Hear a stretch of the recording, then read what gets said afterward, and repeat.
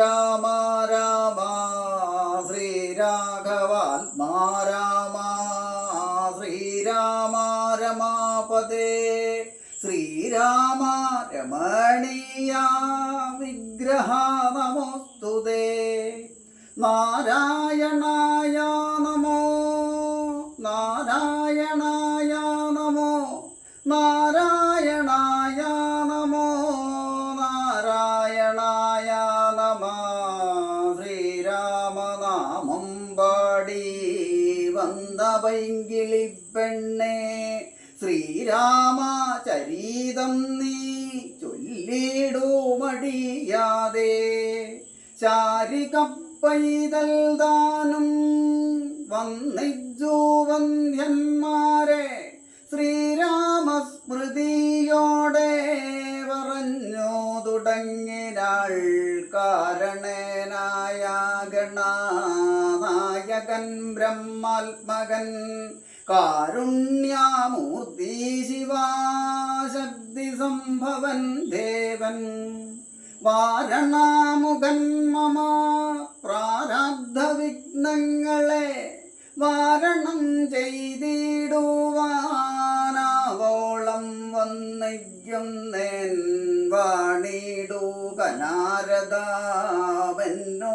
നാവൂതന്മേൽ വാണി മാതാവേ വർണ്ണ വിഗ്രഹേ വേദാത്മികേ നാണമെന്നിയേ മുദാ നാവിൻ